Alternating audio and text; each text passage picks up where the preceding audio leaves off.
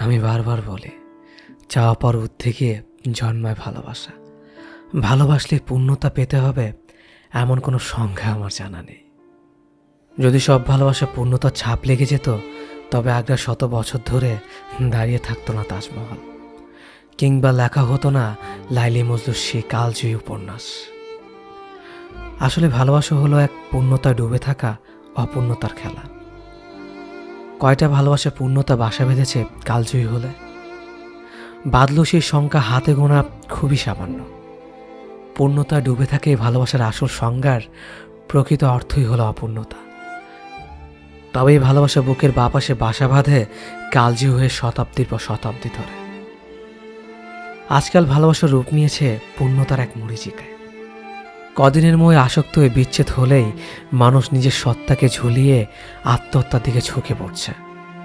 কিন্তু স্বাভাবিক অর্থে এটা খুবই হতাশাজনক। এভাবে পূর্ণতার খেলা চলতে থাকলে কদিনের ব্যবধানে এই ভূখণ্ডে একটা প্রেমিক কিংবা প্রিয়সীর হাত দেখা মিলবে না।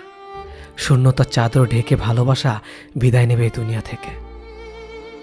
আমরা একের পর এক আঘাত পেয়েও আঁকড়ে ধরি ভালোবাসা, অথচ ভালোবাসা আঘাত পাওয়ার পরেই হারিয়ে যায় বাস্তবতা থেকে। উদাসী হয়ে পড়ি নিজের থেকে, নিজের জীবন থেকে। রঙিন স্বপ্নে জীবন রাঙিয়ে রুক্ষ বাস্তবতাকেই ভুলে যায়। প্রিয়সী যে তোমার কপালে নেই, সে তোমার বুকের বাপাশে বাসা বেঁধেও কোনো লাভ নেই। দিন শেষে তোমায় মাথা নত করে মানতে হবে এই বাস্তবতার কঠিন নিয়তিকে। প্রেম ভালোবাসা বারে বারে আসবে জীবনে, পাত্রভেদে পরিস্থিতি বুঝে। তাই এই ভালোবাসা জড়িয়ে সত্তাকে মুক্তি দেওয়ার আধিক্যতা না করাই ভালো। তুমি শতাব্দীর নামে হারিয়ে গিয়েছ মোহে আসক্ত হয়ে। তোমার সত্তাকে মুক্তি দিয়ে তুমি অপবাদে রাঙিয়ে তুলেছ ভালোবাসাকে।